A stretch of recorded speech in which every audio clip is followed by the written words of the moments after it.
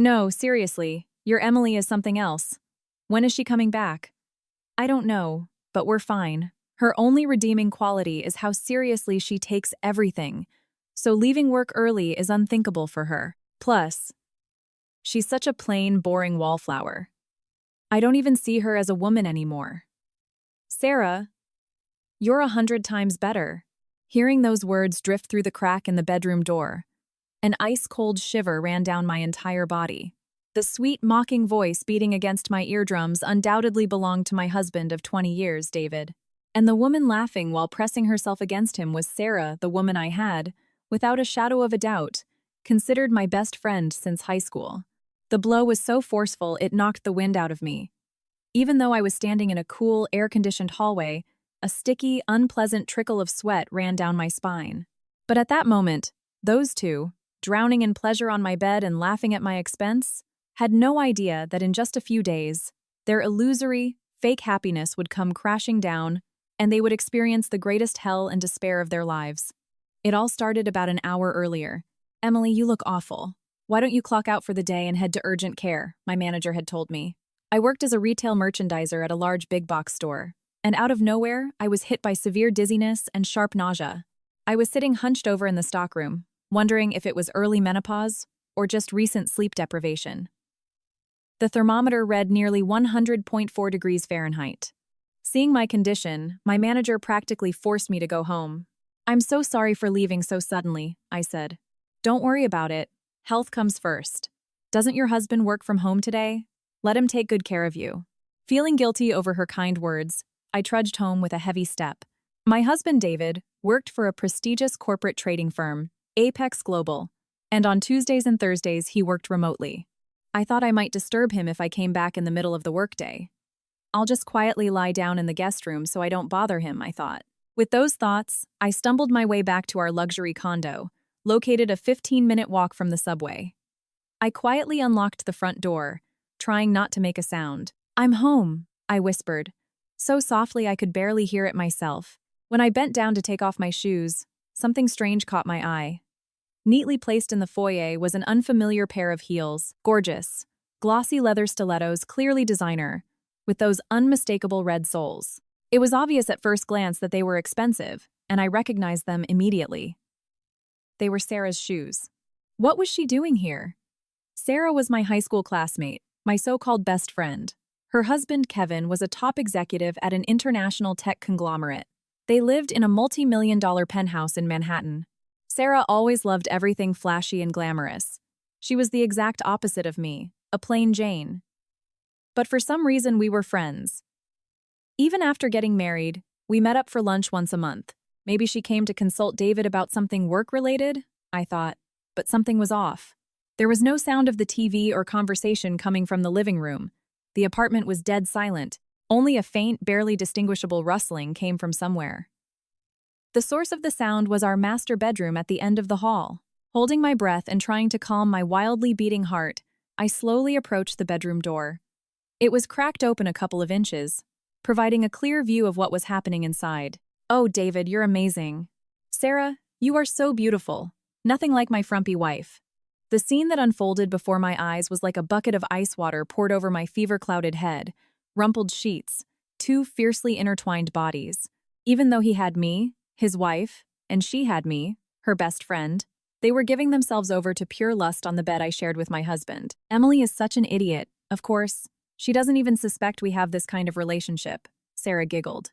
"She's totally clueless, just happy to eat on my dime, using the money I make. She doesn't have an ounce of the charm that drives men crazy, like you do."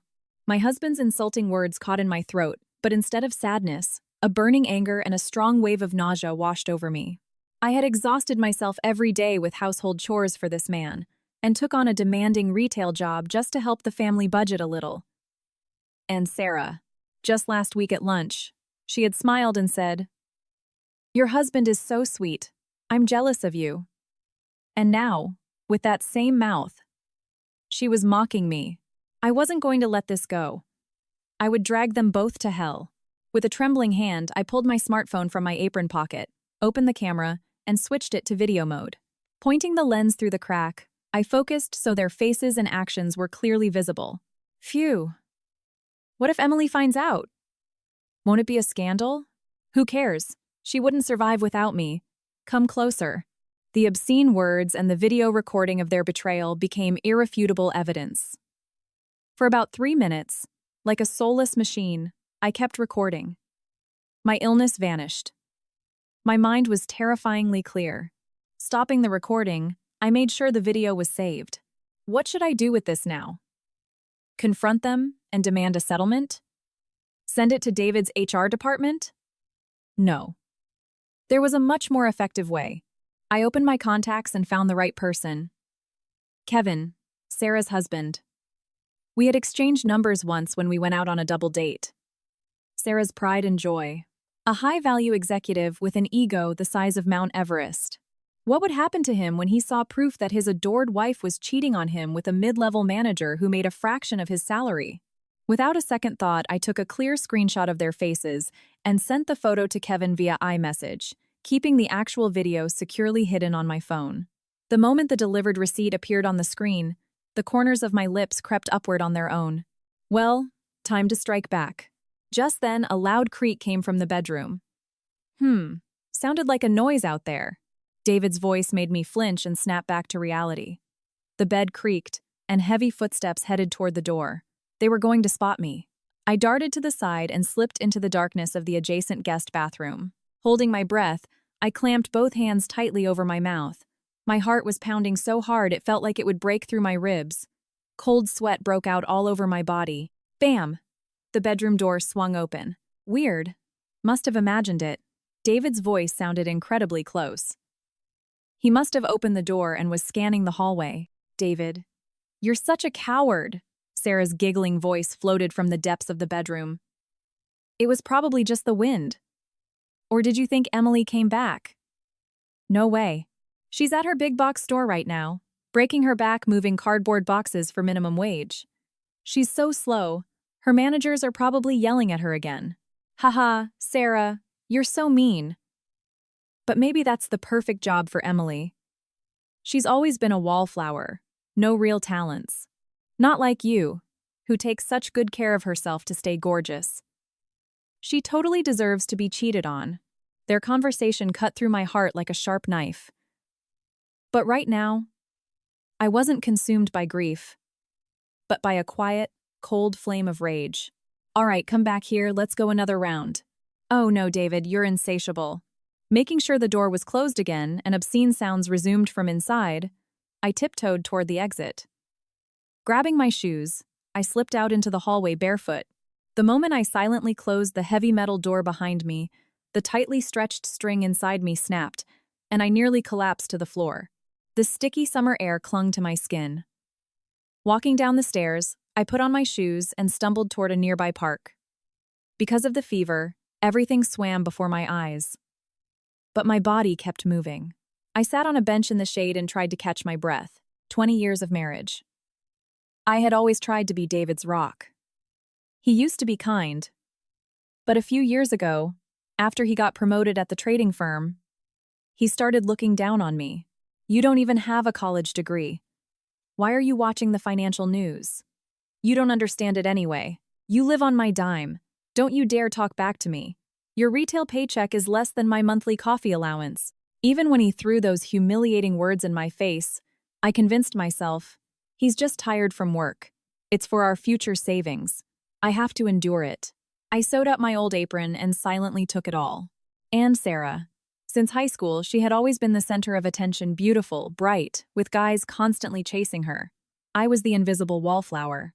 I always wondered why she was friends with me, but now it all made sense. To Sarah, I was just a convenient background to highlight her brilliance.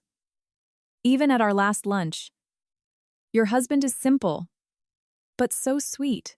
My Kevin is a powerhouse, constantly dragging me to galas and corporate parties. I get so tired. I envy your simple, grounded life, Emily. Even when she built up her ego at my expense, I believed she was my only friend.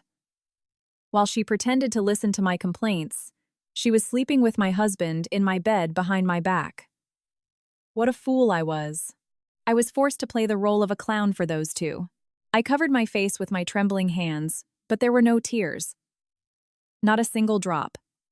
Only a pitch-black thirst for revenge rising from the depths of my soul drove me forward. I looked at my phone.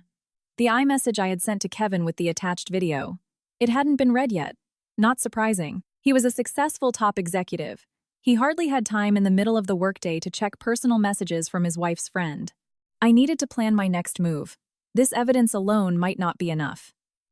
Should I hire a private investigator? How much alimony could I get? My fever-clouded brain worked frantically. I was just about to search infidelity, revenge, evidence, when suddenly buzz, the phone in my hands vibrated. I looked at the screen and saw something unbelievable. It wasn't just a read receipt. The screen was flashing an incoming call from Kevin. It was 2:30 inches the afternoon. The elite husband, who should have been in the middle of a high-stakes board meeting, called me the second he saw the video. What do I do? Will he yell or accuse me of faking it? I froze for a second. But then, gathering my courage, I swiped the answer button. Hello, I answered, my voice shaking. From the other end came a terrifyingly low, chilling male voice. Emily, can we meet right now? There was such naked, forcibly restrained fury in his voice that it was clear he wasn't joking. Kevin's words took my breath away. But, Kevin, aren't you at work? After seeing a photo like that of my wife and knowing you have the video, I'm in no mood to calmly sit through a board meeting. Besides, I happen to be nearby. I'll wait for you at the lounge of the Plaza Hotel. His low, frigid tone left no room for argument. Okay, was all I could say before hanging up. The fever was still there, but oddly enough, my body felt light. I fixed my messy hair in the park restroom and headed to the hotel. Walking through the heavy glass doors into the quiet, luxurious lounge, I immediately spotted Kevin sitting at a window table. A perfectly tailored navy blue suit, an expensive Rolex, his entire demeanor exuded such authority that the air around him seemed thick. As I approached, he stood up abruptly and silently pointed to a chair. I apologize for calling you so suddenly. I heard you weren't feeling well. No, I'm fine. About that video. I sat down, trying to get straight to the point. But Kevin motioned for a waiter, ordered 2 coffees, and pierced me with a sharp gaze. His eyes were a terrifying shade, seemingly compressing a raging inferno of anger into absolute ice. I'll be blunt. I intend to destroy them both. Kevin's voice was a low growl. Lately, Sarah has been spending money like it's water. She's been charging tens of thousands of dollars a month to my family Amex on designer clothes and high-end restaurants. I was just about to hire a PI to find out where the money was going when your photo came through. So, Sarah is using my money. Yes. To spoil your husband, Kevin continued. Date outfits, hotel rooms, even gifts for him, all of it paid for with my money. She has me, her husband, yet she was entertaining herself at my expense, looking for cheap thrills. Kevin ground his teeth. For him, a flawless top executive, the fact that his wife was cheating on him with a man who made a fraction of his salary, and supporting that man with his money, was a blow that tore his pride to shreds. Emily, we share the exact same betrayal, Kevin said, leaning forward. How about we team up? We will not only squeeze a massive settlement out of them, but we will utterly destroy them socially and legally. I agree. I will never forgive them. Hearing my resolute voice, Kevin allowed himself a cold, cruel smirk for the first time. At 7 p.m., when it was already dark, I opened the door to my apartment as if nothing had happened. Walking into the living room, I saw David lounging on the couch, playing on his phone. Empty takeout containers from a local deli were scattered across the coffee table. The thought that just hours ago, this man had been indulging in carnal pleasures with my best friend on my bed filled me with burning nausea. Oh, you're late. You said you left work early. I thought dinner would be ready. David didn't even look up from his screen and clicked his tongue. Sorry. The doctor at urgent care said my blood pressure was dangerously low from fever and exhaustion and ordered me to rest. I lied. And David let out a theatrical, exaggerated sigh. Jesus, making such a big deal out of a little fever. This is why you're a loser. No degree, no talents. All you can do is silently grind away. Don't get in the way of people who actually use their brains to make money, like me. I didn't answer. I looked at David, feeling absolutely nothing. Not even anger. Just a profound exhaustion at his miserable existence. My blank, unresponsive stare made him falter for a second. What are you staring at? Do you even realize who pays for the roof over your head? Sorry, I'll make dinner right now. I turned sharply and, completely suppressing my emotions, walked into the kitchen. Let him swim for now. I will play the role of the submissive, stupid wife right until the moment he loses everything and howls in despair. Standing in the kitchen and splashing my face with cold water, I felt a short vibration in my apron pocket. It was an iMessage from Kevin. It contained a message about our next steps and a terrifying attached image. I gained remote access to Sarah's iPad. Emily, brace yourself before looking. Their betrayal didn't start today. Opening the image, I almost dropped my phone. No way. On the screen was a screenshot of David and Sarah's texts, pulled from her iPad. David, Sarah, today is exactly 5 years since we first ended up in a hotel together. Sarah, David, I'm happiest when I'm with you. But I feel so bad for Emily. She's probably at her retail job bowing down to annoying managers, not knowing her best friend and husband are making love on her bed. 5 years. That number echoed in my brain. This wasn't a fleeting affair. For 5 long years, they had deceived me, laughed behind my back, and met in secret. Scrolling further, I saw an even more shocking exchange. David. Don't talk about her. She makes me sick. No makeup. No self-care. Her hair is like straw. And she reeks of cheap laundry detergent. As a woman, she's finished. Sarah. Haha, so cruel. But it's true. And her cooking looks like dog food. LOL. David. Exactly. She's my free maid to take care of me, and my part-time ATM so I can take you to nice hotels. I don't love her one bit.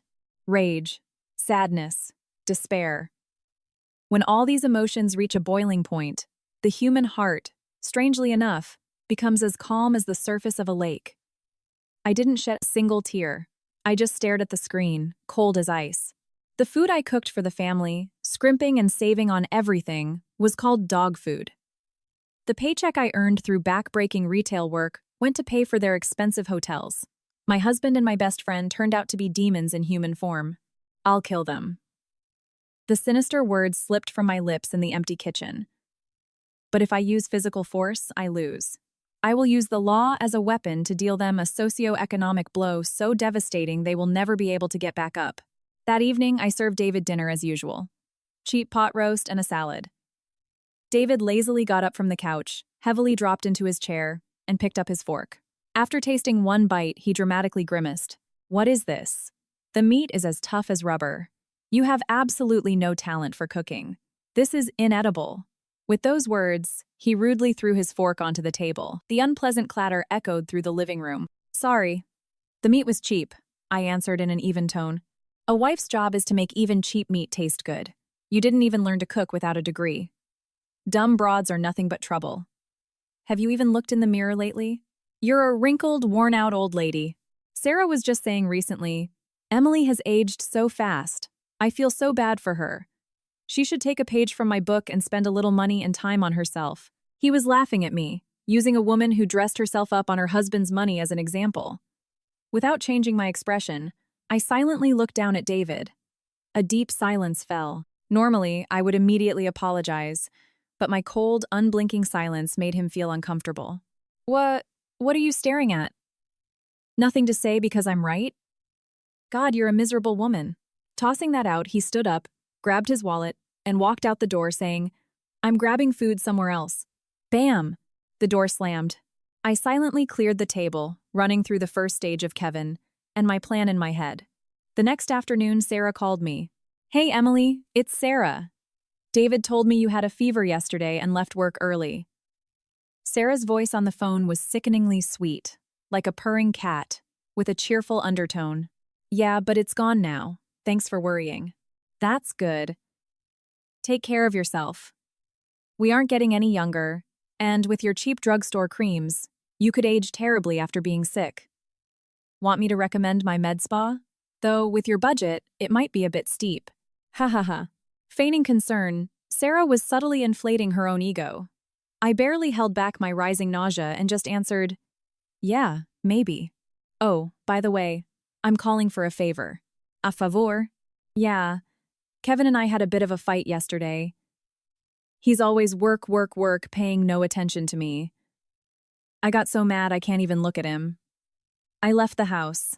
Her blatant lie left me speechless. Kevin had contacted me the night before. To gather more evidence of her infidelity, he had temporarily frozen Sarah's credit cards and gently reprimanded her for excessive spending. Infuriated by this, Sarah stormed out. Emily, I have a huge favor to ask. Sarah's voice grew even sweeter, taking on a sinister edge. Can I crash at your place for a while? We're best friends, right? Here it comes. The demon behind the mask of a best friend was brazenly planning to invite herself into my home to hook up with my husband right in front of me. Yes, of course, the guest room is open. Come over anytime. When I answered like that, Sarah squealed happily. Yay! I knew I could count on you, Emily. Love you. I'll be there tonight. And in high spirits, she hung up. The stage for the battle was set, but that evening, the words spoken by David when he got home from work plunged me into a pit of unimaginable despair. Hey, Emily, Sarah's staying over tonight, right? David stood in the foyer holding a thick manila envelope. Yes. She fought with Kevin. I told her she could stay in the guest room for a bit. Hearing this, David gave a malicious smirk and tossed the envelope onto the living room table. For a bit? Sarah is planning to divorce Kevin, so she'll be living here permanently. What? I gasped in shock. David's eyes burned with an unhealthy, cruel fire. Because of that, you're going to have to move out. Read this. David sneered and tossed a thick packet onto the coffee table. This is a separation agreement drafted by my lawyer. Sign over your rights to the marital home and the 401k, and I won't drag you through court to bleed you dry. Otherwise, you better start looking for a cheap attorney. The conditions were insulting. 0 division of property, all savings to him. I was speechless at the sheer audacity. If I fought him blindly right now, it would ruin the trap I was setting with Kevin. I won't sign it today.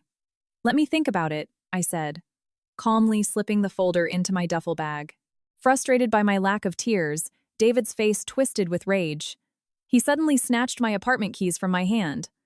While you think about it, you're not welcome here. I've already told building management to deactivate your fob. Go sleep on the street or crawl back to whatever rock you came from. Bye, Emily. Don't oversleep for your retail shift. Sarah giggled from the couch. The heavy metal door slammed shut mercilessly, and the deadbolt clicked. Standing in the hallway, I just smirked.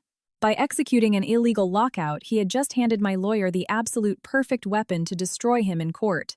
At 9 p.m., clutching my duffel bag, which held only my wallet and phone, I found myself thrown out into the hallway of the luxury building. Even though it was a summer night, the AC in the hall felt unpleasantly cold against my still recovering body. From the home I dedicated 20 years of my life to, I was tossed out like garbage. Clenching my teeth, I walked to the elevator. Just then, the phone in my bag vibrated. Kevin's name lit up the screen. With a trembling finger, I answered. Hello, Kevin. Emily, I just checked Sarah's GPS tracker. She went to your place. Did she kick you out? Yes. And David's mother is in on it. I didn't sign anything, but they locked me out. Hearing my desperate voice, Kevin spoke with a low, powerful tone. Good job holding out. That's exactly right. They think they've won, but everything is ready now. Ready? Yes. And right now, I'm with someone very unexpected. He is our trump card to drop that trio straight to the bottom of hell. Emily. Come immediately to the address I'm sending you. What trump card? Gripping my bag tighter, I ran out into the city night to spark the fire of my counterattack. I jumped in a cab and headed to the address Kevin provided. The destination turned out to be a presidential suite in one of the city's most expensive luxury hotels. Stepping onto the plush carpet, I approached the heavy door and knocked. Come in. It's open. Hearing Kevin's voice, I slowly opened the door. Sorry for coming so late. In the massive living room, bathed in the light of a crystal chandelier, Kevin stood up from a high-end leather sofa to greet me. But he wasn't alone. Sitting opposite him was an older gentleman. A sharply tailored suit, neatly slicked back gray hair, a man who commanded respect, but his face showed deep exhaustion and anxiety. Kevin, who is this? I asked. Kevin gave a cold smile and introduced him. Allow me to introduce Richard Sterling, Vice President of Commercial Operations at Apex Global Trading, where your husband David works. What? I gasped involuntarily. Apex Global Trading. The company David worked for. Vice President of Commercial Operations. That made him the second in command of the entire firm. An untouchable figure. What was such an important man doing here with Kevin? Emily, Kevin's conglomerate is our firm's biggest client. Richard stood up and bowed his head slightly. When he informed the board of your husband's actions, and more importantly, prompted an emergency internal audit that uncovered concrete evidence of corporate fraud that David committed to fund this affair, the company could not ignore it. I am here to formally assure Kevin that David's employment is being terminated immediately. Kevin was Apex Global's biggest client. Enraged by his wife's infidelity, he had demanded David's immediate destruction to secure the multi-million-dollar contract, dragging the VP into this. Richard, look up. They are the guilty ones, Kevin said with an icy tone. Richard sank back onto the sofa and sighed heavily. That David was always too arrogant around the office. He often mocked you in front of colleagues and subordinates, saying things like, "My wife is dead weight. She'd be nothing without me, just a useless wallflower."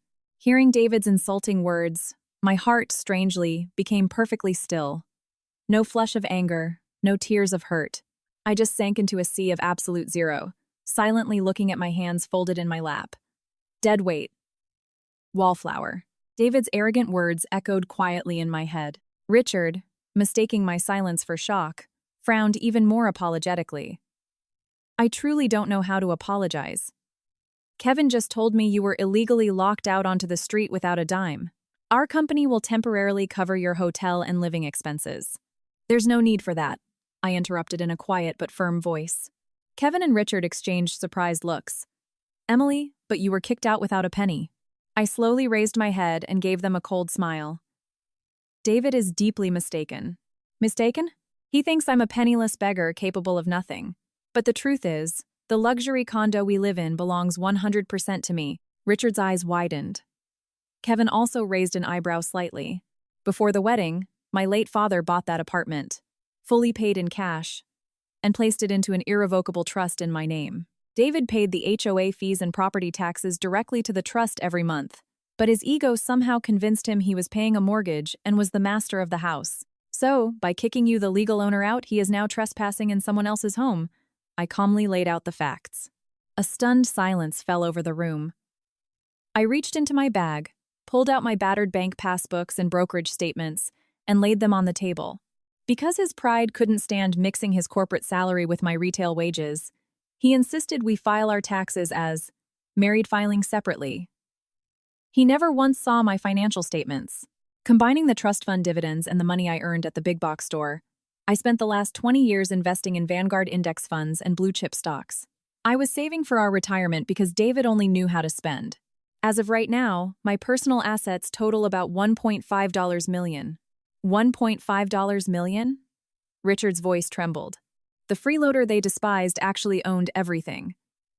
David, oblivious to the fact that he was living entirely in my palm, looked down on me like a king.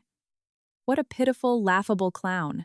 Brilliant, Kevin laughed, a low, genuine sound of pleasure. Perfect. I've had private investigators tracking Sarah's massive spending for over a month, but your video helped us connect the final dots straight to David and your mother-in-law, Emily. All the pieces of the puzzle to drop them to the very bottom are now in place. Yes, I won't show an ounce of mercy. At the exact moment Kevin and I exchanged brutal glares, my phone vibrated on the table. It was a text from David. Hey, stupid. Since you won't sign, I threw all your crap off the balcony into the dumpsters. I even threw out that ugly picture of your dad with the garbage. Haha, the apartment is so much cleaner now. Lol. The moment I read that, something I had been holding back for 20 years shattered with a deafening crash. Kevin. My voice sounded like a growl. Both Kevin and Richard flinched. We're changing the plan. It's time to bring hell to them. The curtain was finally rising on a ruthless revenge. I spent the next 3 days at a secure suite Kevin arranged, finalizing the legal traps with our lawyers. Then, on Friday, just as the sky began to lighten around 5:00 a.m., I took a cab straight to the dumpsters behind our building. Gasping for air, I threw open the trash enclosure doors, and saw a mountain of my belongings. My torn duffel bag and familiar items stuffed into trash bags. Like a madwoman, I dug through the garbage. At the very bottom, I found the photograph of my late father. Thankfully, it was wrapped in a towel and wasn't badly damaged. But throwing the soul of my father who loved and cared for me so much into the trash, I will never, ever forgive this. I won't end it quickly. I will choke you slowly, like a noose, taking everything away. Clutching the photograph tightly to my chest, I let the fire of my wrath burn to its absolute limit. A few hours later, at 10 a.m. that Friday, Kevin, Richard Sterling, and I stood outside my apartment door. Vulgar laughter and the clinking of glasses echoed from inside. It seemed David had taken a sick day today. Unthinkably, he had invited several coworkers and subordinates over to celebrate his new life with Sarah. Kevin had instantly gotten this intel through a private investigator. Corporate security and the NYPD are meeting us here. I am here to officially serve his termination papers and seize all company assets before he goes to jail, Richard hissed, his face twitching with rage. Emily. The key. I nodded at Kevin's quiet prompt and pulled my spare key from my bag. Click. Silently unlocking the deadbolt, I slowly pushed the heavy door open. Stepping into the living room, we were met with a disgusting, profane scene. Expensive sushi platters and appetizers covered my dining table, and empty champagne bottles, drank since morning, rolled across the floor. David and Sarah sat cuddled together, while Lucille smugly raised her glass.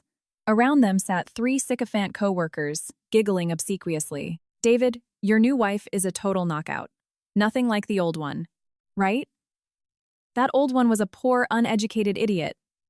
I gave her this gorgeous apartment, supported her, and she never even said thank you. Total dead weight. Yeah. A C-suite material guy like you, David, deserves a high-class wife like Sarah. The subordinates chimed in, stroking David's ego. Sarah, pressing her cleavage against his arm, cooed, "Oh, David, you're making me blush." At that moment, Lucille noticed us standing in the doorway. She jumped up abruptly, her eyebrows knitting together. "Hey, you! How did you get in here?" "I told you to change the locks, David." Acting like some psycho stalker. Disgusting. At her shrill voice, everyone turned around. Seeing me, David contorted his lips in a sneer. "What, Emily? Mad that I dumped you? Crawled back on your knees to beg for forgiveness? Did you fish your trashy dad's photo out of the dumpster?" "Ha! Trash belongs in the trash." "Seriously, she's like a roach," Sarah chimed in, waving me off like an annoying fly. "This is our family home now.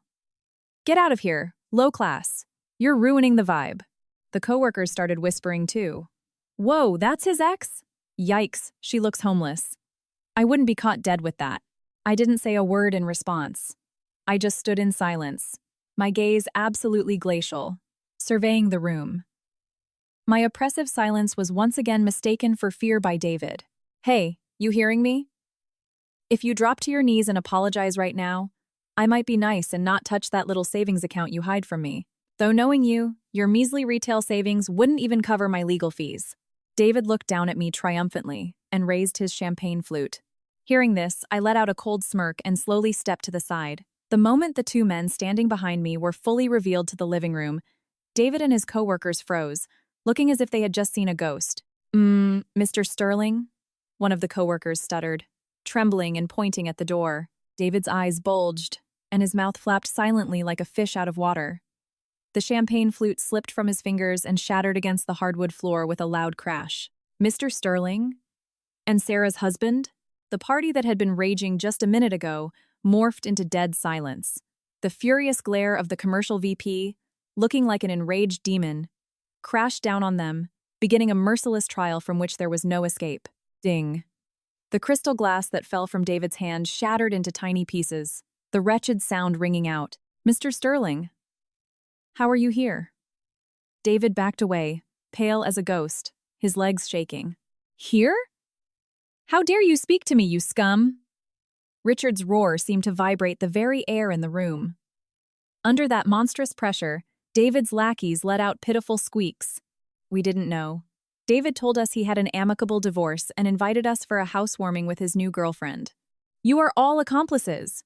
Showing zero corporate ethics, You became accessories to an infidelity scandal involving the wife of our key partner. I have your names and titles. Clean out your desks tomorrow. Now get out. Sorry. The terrified subordinates grabbed their coats and trampled over each other, rushing for the exit. Only a paralyzed Sarah and a thoroughly confused Lucille remained. Lucille, having no idea who Richard Sterling was, lunged at us screaming, "Hey, you! Who the hell are you people? Bursting into someone else's house, kicking out my son's friends. I'm calling the cops." She glared viciously at me. "Emily, you brought these thugs here because you got dumped and wanted to ruin the gorgeous condo David worked so hard for. You are disgusting." Richard was left speechless by the woman's sheer audacity.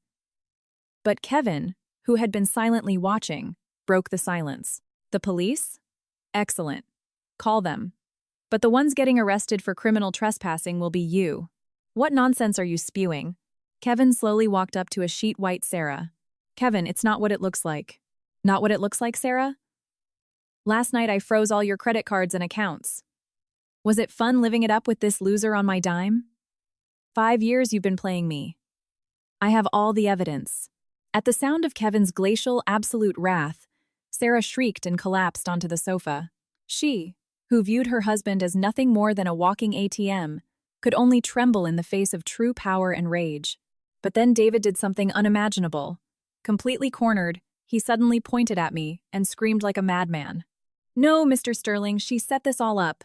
Emily is a useless parasite with a minimum wage job. She can't survive on her own, so she got jealous of Sarah and my happiness, manipulated Kevin, and set me up. David, you dare. It's true. This is my apartment. I bought it with my blood, sweat, and tears. Even you, Mr. Sterling, have no right to invade my private property. Get the hell out of my house and take this broke bitch with you." To save his own skin, he continued to degrade me, and even snapped at his own boss. Listening to this stream of insults, I just stood silently, expressionless, looking down at him with a cold stare. My silence apparently felt ominous to him, and his voice trailed off. "What? What are you looking at?" "Nothing to say because you're just garbage," I supported. I let out a slow sigh and unzipped my duffel bag. "You keep repeating from the start. My house. My property. Are you sure about that?" I let out a slow sigh and pulled a certified legal statement from my bag. "You really are terrible at finance, David. Did you honestly think your monthly checks were going to some random bank mortgage?" David froze, looking suspicious. "Every dollar you paid for rent over the last decade went directly into a family trust set up by my late father's estate to cover HOA fees and property taxes. I am the sole beneficiary," I stated, my voice like steel. "You haven't been supporting me. You've been paying my trust's maintenance fees for the last 10 years. "Lies," David shrieked, his face turning ashen. "I would have seen it on our tax returns." "You have nothing. You are incredibly hopeless. Because you were too arrogant to mix your corporate salary with my retail wages, we filed married filing separately. The condo is held by the trust, and my Vanguard investment portfolio consists entirely of premarital assets, completely immune to our divorce and hidden from your joint filings. You own absolutely nothing. You are just a tenant, and your lease is up. And yet you crowned yourself king and kicked me, the actual owner, out of my own home. 1.5 million. In premarital assets?" David staggered, his knees buckling. Behind him, Lucille let out a piercing squeal. 1.5 million? Emily, is this true? This huge, gorgeous penthouse wasn't bought with David's money? Yes, Lucille. I told you last night this was my house, and you laughed in my face. Furthermore, you threw the photograph of my father, the man who bought this place, into the trash. Criminal trespassing plus destruction of property. At my words, my mother-in-law gasped and began shaking. She had genuinely believed she was living in her son's condo and looked down on me. The realization that she had broken into someone else's home like a burglar and desecrated the memory of its true owner twisted her face in terror. "David, what is the meaning of this? You told me you bought this place and we were going to live together." "Shut up. I didn't know either. How was I supposed to know this broke idiot's parents had that kind of money?" Panic. An ugly scene of mutual accusations between mother and son. But they weren't the only ones in hysterics. "David, what the hell is this? Sarah, who had been silent until now, flew at David's chest like a fury. You told me you were high value, that you bought this Manhattan condo in cash. It was all a lie. You're just a freeloader. Sarah, calm down. Don't touch me. Don't touch me, you fraud. Sarah shoved him away as if brushing off dirt. Having a truly wealthy husband, she had fallen for David's bragging, cheating for the thrill of a secret romance.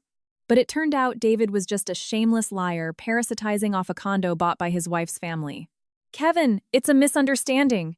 He tricked me. He lied and seduced me. I only love you, Kevin. Please forgive me.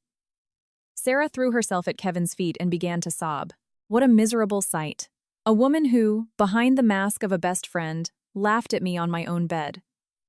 But Kevin only looked down at her coldly. How disgusting, Sarah. The woman who paid for this man's hotel rooms with my money says she was tricked. Your accounts are frozen. Now you will have to pay a massive settlement to both Emily and me. So go crawl through hell alongside your bragging loser. No, I don't want to. I'm an executive's wife, Sarah wailed. David, whose lies were exposed and whose mistress had turned on him, stood red with anger, shaking. But he still couldn't let go of the last shreds of his pride. Don't gloat, Emily. So, what if the house is yours? I'm C-suite material at Apex Global. And you're a beggar who will grind at a retail job for the rest of your life. I'll divorce you, but your measly little savings will be split 50/50 under the law. Even backed into a corner, this vile man was trying to wring money out of me. I smirked and delivered the words that would finish him. My savings? Fine. If you want half of the $1.5 million I've made over 20 years in index funds, take me to court. $1.5 million? David and Lucille shrieked in unison, collapsing to the floor. The woman they considered a worthless drone possessed a fortune they couldn't earn in a lifetime. Where did you get that kind of money? David muttered.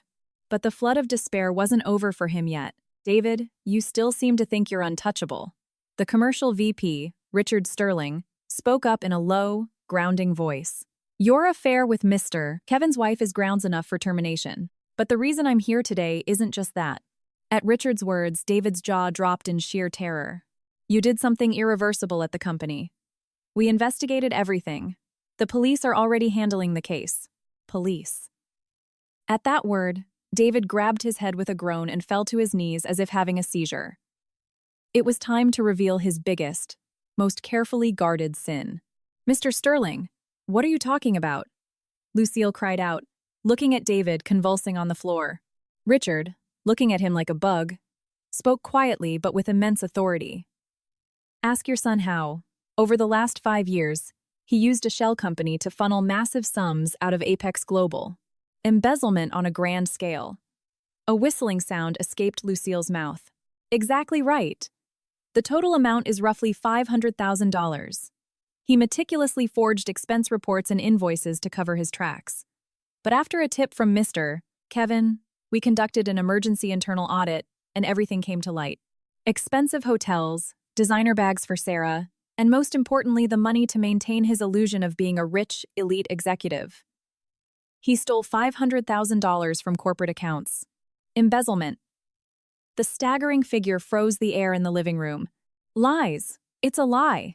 David, you said you bought the condo in cash, and now it turns out you're a thief? Sarah stared in horror at David crawling on the floor and backed away. Just moments ago, she was clinging to him. Now that his mask was ripped off, her true colors showed. But David hadn't given up yet. His face slick with tears and snot. He grabbed Richard's dress shoe. No, Mr. Sterling. It was just an accounting error. I was just borrowing it. I was going to pay it back. Please don't tell the police. If I get fired, my life is over. It is already over. Corporate security handed your file over to the authorities yesterday. Richard's verdict was merciless. Just then, a heavy, authoritative pounding rattled the front door. NYPD White Collar Crime Division. Open up. We have a warrant. Kevin leaned in and whispered to me. I anonymously tipped them off about his little housewarming party. They got here faster than I expected. The door burst open, and plainclothes detectives swarmed the living room. Having lost all hope, a deranged David turned his fury on me. Emily, this is all because of you. All because of you. His bloodshot eyes glaring, he barked like a rabid dog. It's your fault for cutting my allowance from my own paycheck. If you were a more understanding wife and let me spend money, I wouldn't have had to steal. You boring, terrible cooking hag. You couldn't satisfy me. It's all your fault. A vile man trying to blame his own felonies on his wife. The ugly essence of a man pushed to the brink was fully exposed. I, without changing my expression, just stared silently down at him. No anger, no sadness, just pure, absolute disgust, the way one looks at roadkill. Under my icy silence, his words gradually faded. Why are you so quiet? Say something. It's your fault. How does your tongue even manage to blame your wife for your crimes? How rotten are you inside? Kevin spoke up for me. He sighed with genuine revulsion and turned to Sarah, who was trembling against the wall. All right, David's social execution is complete. Now it's your turn, Sarah. At Kevin's booming voice, Sarah flinched. I have nothing to do with this. David stole the money himself. I didn't know anything. I was tricked. Sarah shook her head desperately, trying to cling to Kevin.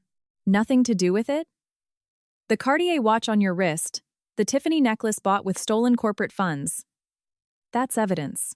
Even if you didn't know it was stolen, you'll be answering questions down at the precinct. No! I won't go to the police. I won't let you treat me like a criminal. Sarah covered her face and sobbed hysterically. Then she looked at me pleadingly. Emily, we're best friends, right? Please stop, Kevin. I'll apologize for coming to your house without knowing it was yours. Let's go back to getting lunch together like we used to. Even in a situation like this she-devil tried to use the word friend as a shield. I slowly walked up to her and coldly dropped the hammer. How dare a person who laughed at me on my own bed with this man say something like that? Oh, and by the way, Sarah, when Kevin said your turn, he didn't just mean being an accessory to embezzlement. Just as Sarah let out a confused squeak, a sinister wail echoed from the distance. The police vehicles were arriving downstairs to process David. But the words Kevin threw at Sarah drowned out even the sirens. Sarah, I know your biggest secret. The one you've hidden from me for the last 5 years. And I have all the proof. Biggest secret. All emotion instantly vanished from Sarah's face. The secret she had buried, the one that could never see the light of day, was about to be exposed. The wail of the sirens grew louder and finally stopped right beneath our building. The red and blue strobe lights danced across the walls of the dark living room. The police. The police are here. David, lying on the floor, began to shake, his teeth chattering. But Kevin, ignoring the sirens, pulled several photos from his coat pocket and threw them at Sarah's feet. Your biggest secret, Sarah. Liam. From the Empire. An exclusive high-end male escort agency. You blew hundreds of thousands of dollars from my Amex on him. Sarah's face went completely blank. The scattered photos clearly showed her, smiling blissfully and hugging a young, handsome man on a luxury private yacht. What? Sarah, what does this mean? David, uncomprehending, stared at the photos in shock. Kevin looked at David with pity and spoke coldly. You idiot. You thought you were some charming Casanova who stole her from her rich husband? How naive. You were just a convenient wallet. Yes, Sarah used both of you to pay off the massive debts she racked up with the agency. She'd buy designer bags on my credit card, sell them for cash, and give the money to Liam. And the missing balance, David, you covered with the money you stole from your company. At Kevin's words, David's eyes bulged at Sarah. Sarah, tell me this is a lie. You told me your mother needed an urgent surgery abroad. I just wanted to save you. Sarah bit her lip and looked away. David, who fancied himself a hero saving the woman he loved, had embezzled from his company, only to find out all his money went to fund Sarah's fun with a young gigolo. His pride shattered spectacularly. Lies! Tell me it's a lie, Sarah. You said you loved me. You said I was way more attractive than broke Emily. He grabbed Sarah's shoulders. But at that moment, unimaginable insults erupted from the cornered Sarah's mouth. Don't touch me, you moron. Sarah slapped David across the face with all her might and screamed like a lunatic. You think I could ever love a balding loser with a mediocre salary? All I had to do was cry a little, and you went straight into the company coffers. You were just a convenient, stupid piggy bank. You laughed at Emily, calling her broke. But the most pathetic, laughable clown here is you, the ugly nature of the woman hiding behind the mask of a friend. Just moments ago they were protecting each other, and now that their sins were exposed, they turned into rabid animals tearing at each other's throats. You bitch! How dare you use me? Give me my life back. You stole the money yourself. Don't you dare blame me, you felon. They grabbed each other's hair and rolled on the floor. Stop it! David, calm down! Lucille tried to separate them, but the enraged lovers couldn't hear her. I watched this hellish scene without any emotion. The husband and the friend I had trusted turned out to be such foolish, ugly, and hopeless people. Not a drop of sympathy. I just silently, coldly watched them drown in the swamp they dug themselves. My silence only highlighted their pathetic thrashing. Emily, this pathetic show is getting hard to watch. Let's finish it. Kevin stood next to me and spoke quietly. Mr. David? The stern-faced detectives approached David, who was crawling on the floor. We have a warrant to seize your personal devices, and you are coming with us to the precinct for questioning regarding corporate embezzlement. Wait, I was tricked. This woman. Save it for the precinct. They grabbed his arms and hauled him up. His face twisted in despair. He turned to me and started sobbing, begging. Emily, please help me. I have no one but you. If they arrest me, you'll be the wife of a felon. You don't want that. Even now, he was only thinking of himself. I gave a cold laugh. Wife of a felon? What are you talking about, David? Did you forget? You brought it yourself yesterday. I pointed to the green-bordered document sitting on the coffee table. The separation papers you tried to force on me. This morning my lawyer used them as proof of your coercion and filed our own petition with the court. With the irrefutable evidence from Kevin's private investigators and your financial crimes attached, the judge will strip you of everything. As far as I'm concerned, you and I are already strangers. A hollow groan escaped David's lips. The papers he prepared himself to kick me out ended up acting as the noose around his own neck. Take him, the detective commanded coldly. David was dragged out in handcuffs. Sarah, grabbed by the arm by another detective, saying, "We need a statement from you down at the station," was let out too, despite her screaming. I'm the victim. Bam! The door closed. Silence fell over the living room. Only Kevin, Richard, me, and a thoroughly confused Lucille remained. Oh, Emily, sweetie. Lucille crawled toward me with a fawning, ingratiating smile. David did some foolish things, of course. But now it's just the two of us. I said from the start you were the best daughter-in-law, not that hussy. Let's forget about David. We'll live together in this big condo. Even after her son was arrested, she was already calculating how to parasitize my fortune and my home. Her sheer audacity and stupidity sent a chill through me.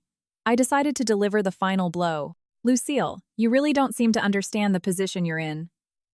This is the end for you, too. What? Did you think I didn't know about the secret you've been hiding from me for the last 10 years? At my words, her face twitched in a spasm. The next target was this greedy mother-in-law. Secret? What are you talking about, Emily? We're family. There are no secrets. She tried to deny it, her face contorting. 10 years ago, when your husband died, my quiet but firm voice made her flinch. He left behind massive debts, you said. You cried that you couldn't survive on a widow's pension. To help you, for the last 10 years, saving on my own clothes and makeup, I sent you $1,500 every single month from my retail paycheck. A total of $180,000. Yes, and I'm very grateful to you. Lies. My sharp word cut her off. I asked Kevin's investigator to check your accounts and background. Your husband didn't have a penny of debt. What's more, he left you a $1 million life insurance policy. And that sturdy house you live in. Lucille's face turned the color of dirt. I continued mercilessly. Where did that $1 million go, Lucille? You blew it over a few years at exclusive male escort agencies with young gigolos, didn't you? David's embezzlement. Sarah's cheating. You're all cut from the same cloth. You make me sick. Completely exposed, Lucille trembled for a few seconds. Then, glaring at me with hatred, she showed her ugly true self. So what? She stomped her foot in a rage. You dare lecture me? How I spend my husband's money is my business. You're a nobody wallflower, so it's only right you work to send me money. Your paycheck bought champagne for my favorite boy toys. You should be happy I even said thank you. Insults from a mother-in-law who repaid kindness with evil and laughed at my efforts. Not an ounce of remorse, even after her son's arrest. I just stared at her with absolute, icy contempt. She wasn't even worth words. My deep, heavy silence seemed to shatter her bravado. What are you staring at? Nothing to say? Either way, I'm not leaving this house. Even if David's gone, you owe me for letting you marry my son. You owe me. No. You have no such right. Kevin, silent until now, sighed with disgust. Emily, I was just notified. They're downstairs. Yes. Let them up. Lucille looked at us suspiciously. Who's downstairs? More police? Excuse us. Two unfamiliar men walked through the open door. One was a process server, the other a bank representative. And behind them appeared another unexpected figure. Aunt Clara! Lucille shrieked. It was her late husband's older sister, the matriarch of their family. Strict and authoritative, she had always looked down on the frivolous Lucille, who feared her like fire. Aunt Clara stepped back in disgust. I warned you, Lucille. When you ignored the bank's letters for months, they contacted me as the alternate contact for my brother's estate. You burned through his money, and now you have nothing. You are dead to this family. The process server then stepped forward and dropped a thick envelope onto Lucille's lap. Lucille, we are serving a formal notice of default and foreclosure. Because you completely defaulted on your reverse mortgage and ignored all prior summonses, the foreclosure process has been finalized. You have exhausted all legal appeals and must vacate. Lucille's jaw dropped. Having spent the $1 million on escorts, she had remortgaged the house and completely defaulted. Aunt Clara, help me! Lucille panicked, throwing herself toward her sister-in-law. And it gets worse, I said with a cold laugh, handing her another folder. My lawyer is handing over all your financial records to the IRS. You've been receiving $18,000 a year from me, and God knows what else without declaring a single cent of it, all while fraudulently applying for low-income widow benefits. Lucille's eyes nearly bulged out. What? Tax evasion and federal benefit fraud, I continued. Enjoy the federal audit, Lucille. The IRS will place liens on whatever meager assets you have left. You will be homeless, hounded by federal agents, and working until the day you die just to pay off the penalties. Ah! Having lost her last hope, Lucille collapsed to the floor like a broken marionette. She just lay there, quietly whimpering. Looking at this pathetic sight, Kevin nodded in satisfaction. Emily, your former mother-in-law is dealt with. We've also finalized the legal actions against Sarah. For the intentional dissipation of marital assets and financial fraud, my lawyers are taking her to court. She will lose any right to alimony and will demand full restitution of every dollar she spent on that escort. All of Sarah's hidden accounts have been found, and we've already begun the asset freezing process. Richard nodded as well. And David will owe the company the $500,000 he stole, on top of that. With real prison time and a felony record, he'll never find a decent job again. He has a life ahead of him where he'll drink dirty tap water just to try and pay off his massive debts. David, Sarah, and Lucille. I looked at my mother-in-law sobbing on the floor and mentally ran through their names. Fools who laughed at me, calling me a poor parasite, while spending my hard-earned money on hotels and gigolos. Now they, utterly crushed by me, the owner of a $1.5 million fortune and penthouse, were left with massive debts, criminal records, no homes, no families, and no reputation. A perfect, crushing victory. The demons who tortured me had fallen into the hellish pit they dug themselves. Emily, you did incredibly well to endure all this, Kevin said softly. And for the first time in months, I genuinely smiled with relief. Yes. Kevin, Richard, gentlemen, Aunt Clara. Thank you all so much. Finally, all the trash surrounding me has been taken out. The long, hellish days were over. But there was one final act left in this play of revenge. A few days later, my phone rang. It was an automated collect call from the county jail. Out of curiosity, I accepted the charge. David's arrogant, delusional voice crackled through the receiver. Emily, you're probably all alone right now and crying every day since I got arrested. A dead weight like you can't survive without a high-value man like me. I'll be nice and forgive you. Take your $1.5 million. Pay off my bail and my debts. I will make a beggar like you my wife again, so you better be crying with gratitude. Ha ha ha. Reading this unbelievably pathetic and arrogant letter, I grabbed my stomach in the empty living room and burst out laughing. To what extent was he convinced of his own status that he even tried to blame me for his own felonies? A hopeless man. Fine. If you want to see me so badly, I'll look at your face one last time. I threw the letter in the trash, dressed up nicely, and drove to the county jail. A cold, faceless visitation room. Through the thick glass, they brought David in. Unshaven, wearing a worn-out gray jumpsuit, he had nothing in common with the man he fancied himself to be. Just a pathetic, disheveled little man. But as soon as he saw me, a haughty, vile light ignited in his eyes. "Emily came! See, I told you you couldn't live without me." He leaned forward triumphantly, spitting on the glass. "Did you bring the money? Get me out of here, and I'll make you my wife again. I'm doing a favor picking up a poor, plain woman like you. Thank me and pay off my debts with your savings." Even in this situation, this pathetic man could only prop up his ego by degrading me. I smiled. It wasn't a smile of anger, but a genuine smile of pity for the delusion he was still clinging to. I just watched his pathetic display in complete silence. "Hey, what are you staring at? Answer me. Can't you hear? You depend on my money. I said I forgive you." Under my absolute silence, cold sweat broke out on his forehead, and his voice grew quieter. 10 seconds. 20. After a suffocating silence, I finally spoke in an icy tone. "David, I didn't come here to save you. I came to tell you the truth." "The truth?" "Yes. I brought something you need to see." I slowly pressed a stack of photographs and a certified bank statement against the thick security glass. David squinted. His breath hitched. Staring back at him were high-res photos of Sarah passionately kissing a young, muscular man on a luxury private yacht. "That's Liam.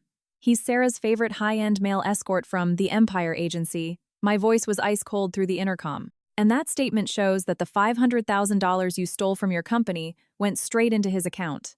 All the blood drained from David's face. "Elle lies. Sarah loves me. I saved her." "You idiot. You thought you were some charming alpha male who stole her from her rich husband? How naive. She used both of you. You were just a convenient, clueless ATM she used to fund her toy boy. She literally took the money you risked prison for and handed it to another man." Ugh. David pressed his face against the glass, his eyes wide with horror. His ego shattered spectacularly. The reality of his pathetic existence finally hit him. A primal, broken wail of despair tore from his throat, echoing through the cold visitation room. His pride and masculinity were utterly obliterated. He looked like he was about to pass out. "Now, do you understand what a pathetic clown you were?" I stood up slowly and looked down at him. "You owe the company the $500,000 you stole, plus hundreds of thousands in corporate legal fees and criminal fines. Lucille owes the IRS a lifetime of penalties. All three of you will spend the rest of your miserable lives scraping the bottom of the barrel just to survive the debts you created. Enjoy paying restitution for the rest of your pathetic life. Goodbye, David. Never come near my life again." I turned and walked toward the door. "Emily, wait! I have no one! Don't leave me!" Behind me, his desperate screams and the sound of him pounding on the glass echoed through the room. Listening to that sound music to my ears, I left the county jail without looking back. Outside, a cloudless blue sky shone brightly. A light breeze, signaling the end of summer, brushed against my cheek. In that moment, I felt a 20-year curse lift from my shoulders. It's over. It's all finally over. I took a deep breath, ready to take the first step into my new life. 6 months later, after the messy divorces were finalized and the legal battles were won, a sleek Blacktown car pulled up quietly in front of me as I walked out of my office building. The rear window rolled down, and Kevin looked out. "Emily?" Kevin stepped out of the car and looked at me with a tense, serious expression I had never seen on him before. "Congratulations on finally closing this chapter. I came to pick you up. I want to show you something." "Show me something?" He gently offered his hand. Taking it, I saw something that would turn my life upside down. An unbelievable, touching miracle waiting for me at the end of my road of revenge. Sitting on the plush leather seats of the town car, I watched the city skyline fade away. Kevin, sitting next to me, looked completely different. Not cold and calculating, but calm and kind. "Kevin, where are we going?" "It's a surprise," he smiled. Soon, we drove out of the city and ended up on a coastal bluff.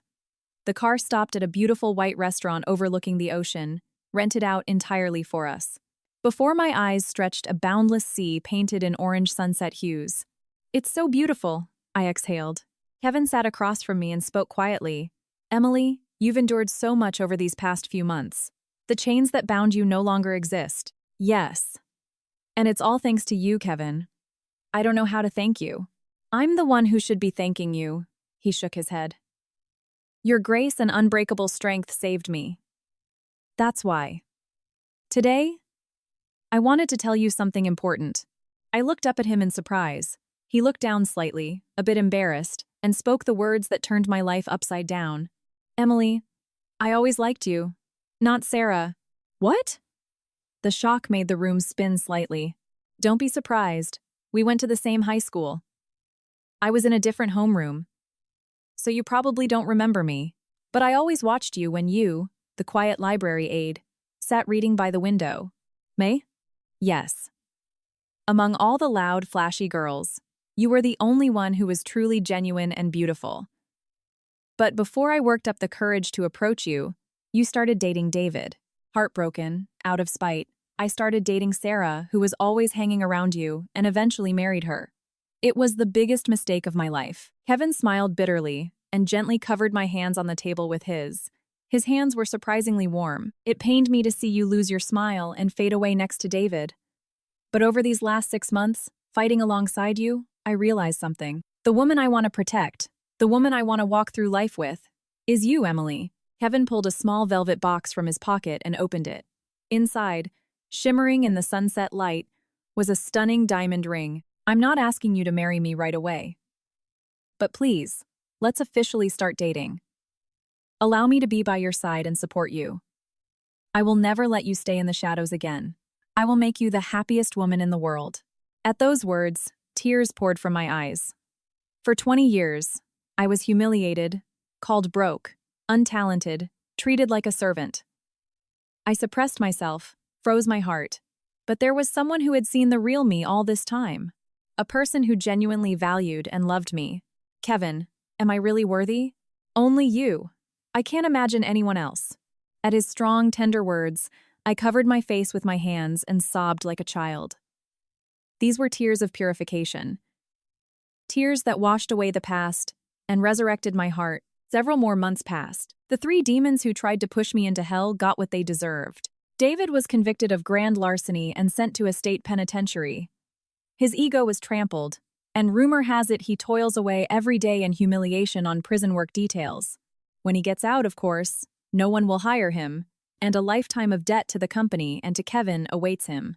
Sarah, in order to pay the $300,000 settlement to Kevin and her massive debts to the escort agencies, works day and night in shady establishments and minimum wage factory lines.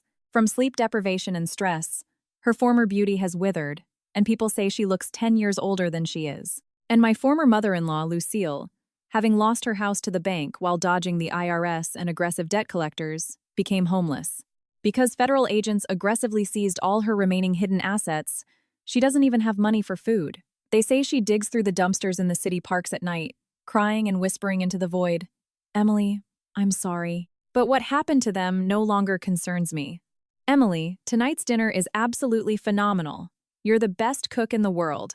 "Oh, don't exaggerate, but since you say so, I'll try even harder tomorrow." Every morning in our new beach house in the Hamptons, bathed in the sun, is filled with incredible warmth and peace. Now, utilizing my knowledge of index funds and stocks, I manage our private family portfolio and work as an investment analyst at Kevin's firm, standing as his reliable partner. I threw away my old apron. I do my makeup for myself, wear beautiful clothes. In the mirror, I don't see a woman with wrinkles from 20 years of suffering, but a woman whose face radiates a genuine, bright smile. Life can begin anew at any moment. I, who was despised and had everything almost taken from me, found my ultimate happiness. And now, alongside Kevin, who truly loves me, we will confidently walk together into our bright future.